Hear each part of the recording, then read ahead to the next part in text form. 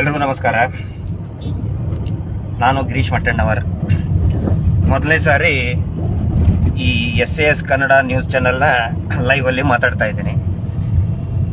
ಈ ಚಾನಲ್ನ ನಮ್ಮ ಸ್ನೇಹಿತರು ಏನಿದ್ದಾರೆ, ಒಂದು ಕೋಇನ್ಸಿಡೆನ್ಸ್ ಇದು. ನಾನು ವೆಹಿಕಲ್ನ ಬುಕ್ ಮಾಡಿದಾಗ ಅವರೇ ಡ್ರೈವಿಂಗ್ ಮಾಡ್ಕೊಂಡು ಬಂದರು ರ್ಯಾಪಿಡೋದಲ್ಲಿ.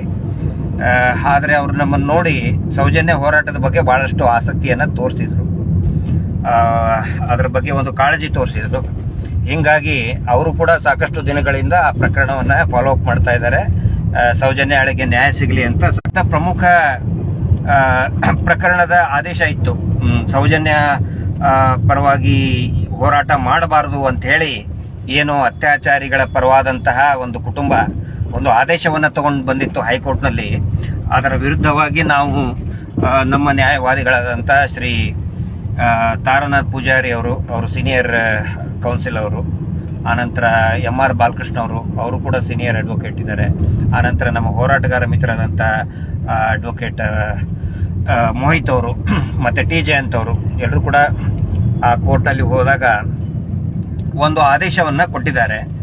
ಏನಂತ ಹೇಳಿದರೆ, ಸೌಜನ್ಯ ಮೊದಲನೇ ಅಂಶ, ಸೌಜನ್ಯ ಹೋರಾಟವನ್ನು ಮಾಡಬೇಡಿ ಅಂತೇನು ಹೇಳಿಲ್ಲ. ಆದರೆ ಹೋರಾಟ ಅದು ಪಬ್ಲಿಕ್ಕಲ್ಲಿ ನೀವು ಒಬ್ಬ ಇಂಡಿವಿಜುವಲ್ ವ್ಯಕ್ತಿಯ ವಿರುದ್ಧವಾಗಿ ಡಿರೋಗೇಟರಿ ಸ್ಟೇಟ್ಮೆಂಟನ್ನು ಕೊಡಬಾರ್ದು. ಅಂದರೆ ಇಂಡಿವಿಜುವಲ್ ವ್ಯಕ್ತಿ ಅಂದರೆ ಅವರೇ ಹೆಸರು ತಗೊಂಡು ಹೇಳಿದ್ದಾರೆ, ಶ್ರೀ ಡಾಕ್ಟರ್ ವೀರೇಂದ್ರ ಹೆಗ್ಗಡೆ ಅವರು ಮತ್ತು ಅವರ ಕುಟುಂಬದ ವಿರುದ್ಧ ಯಾವುದೇ ಅವಹೇಳನಕಾರಿಯಾಗಿ ಮಹೇಶ್ ಶೆಟ್ಟಿ ತಿಮರೋಡಿ ಅವರು ಮಾತನಾಡಬಾರ್ದು ಅಂತ ಹೇಳಿದ್ದಾರೆ.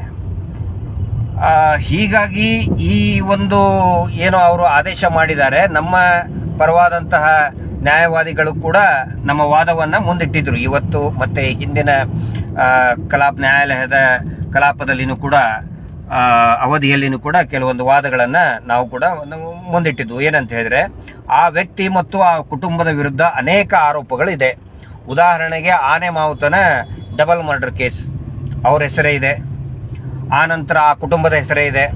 ಆನಂತರ ಇವತ್ತು ಇಡೀ ರಾಜ್ಯಾದ್ಯಂತ ಮೈಕ್ರೋ ಫೈನಾನ್ಸ್ ಮೀಟರ್ ಬಡ್ಡಿ ದಂಧೆ ಏನಿದೆ, ಅವರ ಇನ್ಸ್ಟಿಟ್ಯೂಟು, ಅವರ ಕುಟುಂಬ ಮತ್ತು ಆ ವ್ಯಕ್ತಿಯ ವಿರುದ್ಧ ಅನೇಕ ದೂರುಗಳು ಪೊಲೀಸ್ ಠಾಣೆಯಲ್ಲಿ ದೂರುಗಳು ದಾಖಲಾಗ್ತಾ ಇದೆ. ಹೀಗಾಗಿ ಪ್ರತಿಭಟನೆ ಮಾಡೋದು ತಪ್ಪ ಅನ್ನೋ ಒಂದು ಮಾತನ್ನು ಕೂಡ, ವಾದವನ್ನು ಕೂಡ ನಾವು ಮುಂದಿಟ್ಟಿದ್ವಿ.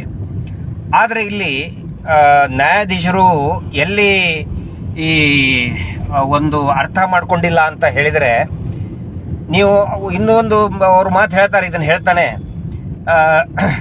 ನಿಮಗೆ ಅವರ ವಿರುದ್ಧ ಏನಾದರೂ ಏನೋ ನಿಮಗೆ ಅಗ್ರೀವಾಗಿದ್ರೆ, ತೊಂದರೆ ಆಗಿದ್ರೆ, ಆ ವ್ಯಕ್ತಿಯ ಕುಟುಂಬದ ವಿರುದ್ಧ ನಿಮಗೆ ತೊಂದರೆ ಆಗಿದ್ರೆ, if you are aggrieved, Mahesh Shetty Timarodi ಅವರು ಹೇಳ್ತಾರೆ, ಅವರು ಇಫ್ ಯು ಆರ್ ಅಗ್ರೀವ್ಡ್, ನೀವು ಅಗ್ರೀವ್ಡ್ ಅಂದರೆ ನಿಮಗೆ ಏನಾದರೂ ತೊಂದರೆಗೆ ಒಳಗಾಗಿದ್ರೆ ನೀವು ಅವರ ವಿರುದ್ಧ ಕಾನೂನು ಕ್ರಮ ಕೈಗೊಳ್ಳೋದಕ್ಕೆ ಕಾನೂನು ರೀತಿಯಾಗಿ ನೀವು ಹೆಜ್ಜೆಯನ್ನು ಇಡಿ ಅಂತ ಹೇಳಿದ್ದಾರೆ. ಮತ್ತೆ ಪೊಲೀಸ್ ಠಾಣೆಗೆ ನೀವು ಕಂಪ್ಲೇಂಟ್ ಕೊಟ್ಟರೆ ಅವ್ರ ವಿರುದ್ಧ ಕ್ರಮ ಕೈಗೊಳ್ಳಬೇಕು ಅನ್ನುವಂಥ ಒಂದು ಆಶಾದಾಯಕವಾದಂತಹ ಮಾತು ಕೂಡ ಈ ಆದೇಶದಲ್ಲಿ ಬಂದಿದೆ. ಅಂದರೆ ಮೌಖಿಕವಾಗಿ ಆದೇಶ ಆಗಿದೆ. ಆದರೆ ಇಲ್ಲಿ ನಾವು ಗಮನಿಸಬೇಕಾಗಿರೋದು ಮತ್ತು ನಮ್ಮ ವಾದ ಏನು ಅಂತ ಹೇಳಿದರೆ, ಕಾನೂನು ಯಾವಾಗ ಸರಿಯಾಗಿ ತನ್ನ ಕೆಲಸ ಮಾಡೋದಿಲ್ಲ, ಫಾರ್ ಎಕ್ಸಾಂಪಲ್ ಪೊಲೀಸ್ ಠಾಣೆ ದೂರನ್ನೇ ತೆಗೆದುಕೊಳ್ಳೋದಿಲ್ಲ, ಅವಾಗ ಸಹಜವಾಗಿ ಜನರು ಪ್ರತಿಭಟನೆಗೆ ಇಳಿಬೇಕಾಗತ್ತೆ. ಬಹುಶಃ ಆ ನ್ಯಾಯಾಧೀಶರಿಗೆ ಗೊತ್ತಿಲ್ಲ, ಅಲ್ಲಿ ಆ ಸಂದರ್ಭದಲ್ಲಿ, ನಾನು ಈಗಿನ ಮಾತಾಡ್ತಾ ಇಲ್ಲ, ಆ ಸಂದರ್ಭದಲ್ಲಿ ಮತ್ತು ಆನೆ ಮಾವುತನ ಡಬಲ್ ಮರ್ಡರ್ ಕೇಸ್ ಆದಾಗ ಆ ಹತ್ಯೆಗೆ ಒಳಗಾದಂತಹ ನಾರಾಯಣನ ಹೆಂಡತಿನೇ ಕಂಪ್ಲೇಂಟ್ ಕೊಟ್ಟರೆ ಅವರು ದೂರು ತಗೊಂಡಿಲ್ಲ ಪೊಲೀಸ್ ಠಾಣೆಯಲ್ಲಿ.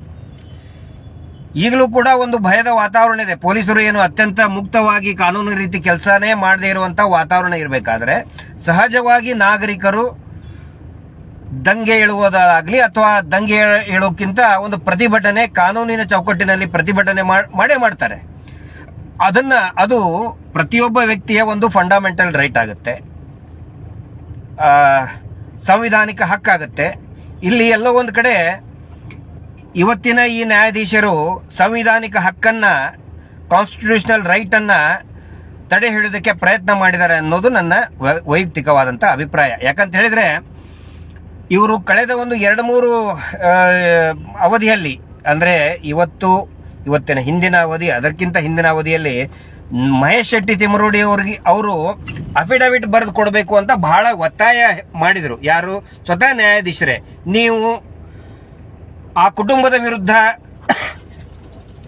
ನೀವು ಏನು ಮಾತಾಡಬಾರದು, ನಾನು ಮಾತಾಡುವುದಿಲ್ಲ ಅಂತ ನೀವು ಬರೆದು ಕೊಡ್ತೀರಾ ಅಂತ ಕೇಳಿದ್ರು. ಅದಕ್ಕೆ ಆನಂತರ ಸೌಜನ್ಯ ಹೆಸರಿನಲ್ಲಿ ಯಾವುದೇ ಪ್ರತಿಭಟನೆಯನ್ನ ಮಾಡುವುದಿಲ್ಲ ಅಂತ ನೀವು ಬರೆದು ಕೊಡಿ ಅಂತ ಕೇಳಿದ್ರು. ಅದಕ್ಕೆ ಮಹೇಶ್ ಶೆಟ್ಟಿ ತಿಮರೋಡಿ ಅವರು ಸ್ಪಷ್ಟವಾಗಿ ಹೇಳಿದ್ದಾರೆ, ನಾನು ಯಾವ ಕಾರಣಕ್ಕೂ ಕೂಡ ಸೌಜನ್ಯ ಹೋರಾಟ ನಿಲ್ಲಿಸ್ತೀನಿ ಅಂತ ನಾನು ಬರೆದು ಕೊಡುವುದಿಲ್ಲ. ಆನಂತರ ಆ ವ್ಯಕ್ತಿಗಳ ವಿರುದ್ಧ ನಾನು ಮಾತನಾಡುವುದಿಲ್ಲ ಅಂತ ನಾನು ಬರೆದು ಕೊಡುವುದಿಲ್ಲ, ಅಫಿಡವಿಟ್ ನಾನು ಸಲ್ಲಿಸುವುದಿಲ್ಲ ಅಂತ ಬಹಳ ಸ್ಪಷ್ಟವಾಗಿ ಹೇಳಿದ್ದಾರೆ. ಸೌಜನ್ಯ ಹೋರಾಟವನ್ನು ನಾವು ಕೈ ಬಿಡುವುದಿಲ್ಲ ಅನ್ನೋದು ನಮ್ಮ ಒಂದು ಸ್ಪಷ್ಟ ನಿಲುವು. ಎಲ್ಲರೂ ಕೂಡ ಅವರ ಅತ್ಯಾಚಾರಿಗಳ ಪರವಾದಂತ ಆ ಒಂದು ಟೀಮ್ ಏನಿತ್ತು, ಅಡ್ವೊಕೇಟ್ ಇತ್ತು, ಅವರೆಲ್ಲ ಬಹಳ ಪ್ರಯತ್ನ ಪಟ್ಟರು. ಆದ್ರೆ ನನಗೆ ಬೇಜಾರಾಗಿದ್ದು ಸ್ವತಃ ನ್ಯಾಯಾಧೀಶರೇ ಹೇಳಿದ್ದು ನನಗೆ ಬಹಳ ಬೇಜಾರಾಗಿದೆ. ಅವರೇ ಸ್ವತಃ ಮುಂದೆ ನಿಂತ್ಕೊಂಡು ನೀವು ಅಫಿಡವಿಟ್ ಅನ್ನು ಹಾಕಿ ಅವರ ಹೆಸರನ್ನ ತಗೊಳ್ಳೋದಿಲ್ಲ, ಸೌಜನ್ಯ ಹೆಸರನ್ನ ತಗೊಳ್ಳೋದಿಲ್ಲ ಅಂತ ನ್ಯಾಯಾಧೀಶರೇ ಹೇಳಿದ್ದು.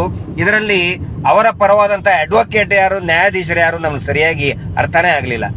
ಆದ್ರೂ ಕೂಡ ಒಂದು ಸಮಾಧಾನಕರ ವಿಷಯ ಅಂತ ಹೇಳಿದ್ರೆ, ನೀವು ಸೌಜನ್ಯ ಹೋರಾಟವನ್ನ ಮಾಡಲೇಬೇಡಿ ಅಂತ ಎಲ್ಲೂ ಕೂಡ ಹೇಳಲಿಲ್ಲ. ಇದರ ಮುಖಾಂತರ ಮಹೇಶ್ ಶೆಟ್ಟಿ ತಿಮರೋಡಿ ಅವರ ಮೇಲೆ ಇದ್ದಂತಹ ಒಂದು ಏನು ಕಂಟೆಂಪ್ಟ್ ಇದೆ ಮತ್ತು ಹಿಂದೆ ಮಾಡಿದಂತಹ ಆದೇಶ ಇವತ್ತಿನ ಆದೇಶದ ಮುಂದೆ ಅದು ರದ್ದಾಗಿದೆ ಅನ್ನುವಂತ ಅಭಿಪ್ರಾಯ ನಮ್ಮ ಹಿರಿಯ ನ್ಯಾಯವಾದಿಗಳು ಮತ್ತು ಕಾನೂನು ತಜ್ಞರು ಹೇಳಿದ್ದಾರೆ. ಇನ್ನು ಮುಂದೆ ಕಾನೂನಿನ ಚೌಕಟ್ಟಿನಲ್ಲಿಯೇ ಸೌಜನ್ಯ ಹೋರಾಟಗಳನ್ನ ಮಹೇಶ್ ಶೆಟ್ಟಿ ತಿಮರೋಡಿ ಅವರ ನೇತೃತ್ವದಲ್ಲಿ ಖಂಡಿತ ಪ್ರಾರಂಭ ಆಗುತ್ತೆ. ಇದೊಂದು ನಮಗೆಲ್ಲ ಒಂದು ರಿಲೀಫ್ ಸಿಕ್ಕಿದೆ. ಆದರೆ ನಮ್ಮ ಸಂವಿಧಾನಿಕ ಹಕ್ಕನ್ನ ಕಸ್ಕೊಂಡಿರೋದ್ರ ಅದರ ವಿರುದ್ಧವಾಗಿ ಒಂದು ಮೇಲ್ಮನವಿ ಸಲ್ಲಿಸುವಂತಹ ಪ್ರಯತ್ನ, ಅದಕ್ಕೆ ಕುರಿತಾದಂತಹ ಎಲ್ಲ ಒಂದು ಸಿದ್ಧತೆಗಳನ್ನ ನಮ್ಮ ಕಾನೂನು ತಜ್ಞರು, ನಮ್ಮ ನ್ಯಾಯವಾದಿಗಳು ಏನಿದ್ದಾರೆ ಅವರ ಮುಖಾಂತರ ಆ ಒಂದು ಹೆಜ್ಜೆಯನ್ನ ನಾವು ಇಡ್ತಾ ಇದ್ದೀವಿ. ಎಲ್ಲರೂ ಕೂಡ ದಯವಿಟ್ಟು ಈ ರಾಜ್ಯದ ಪ್ರತಿಯೊಬ್ಬ ನಾಗರಿಕರಿಗೆ ಹೇಳ್ತಾ ಇದ್ದೀನಿ, ನಮ್ಮ ಹಕ್ಕುಗಳ ಪರವಾಗಿ ನಾವು ಧ್ವನಿಯನ್ನ ಎತ್ತಲೇಬೇಕಾಗುತ್ತೆ. ನಾವು ನಾವು ಏನು ಜನಸಾಮಾನ್ಯರು ಒಗ್ಗಟ್ಟಾಗಬೇಕು. ಸೌಜನ್ಯ ಹೋರಾಟ ಏನಿದೆ ಇದು VIP ವರ್ಸಸ್ ಕಾಮನ್ ಮ್ಯಾನ್ ಹೋರಾಟ.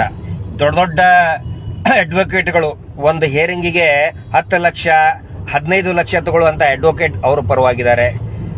ಆದರೆ ಒಳ್ಳೆಯ ಮನಸ್ಸಿರುವಂತ ಅಡ್ವೊಕೇಟ್ಗಳು ಸೌಜನ್ಯ ಪರವಾಗಿದ್ದಾರೆ. ದೊಡ್ಡ ದೊಡ್ಡ ವ್ಯಾಪಾರಿಗಳು, ಬಿಸ್ನೆಸ್ ಮ್ಯಾನ್ ಅವ್ರ ಪರವಾಗಿದ್ದಾರೆ.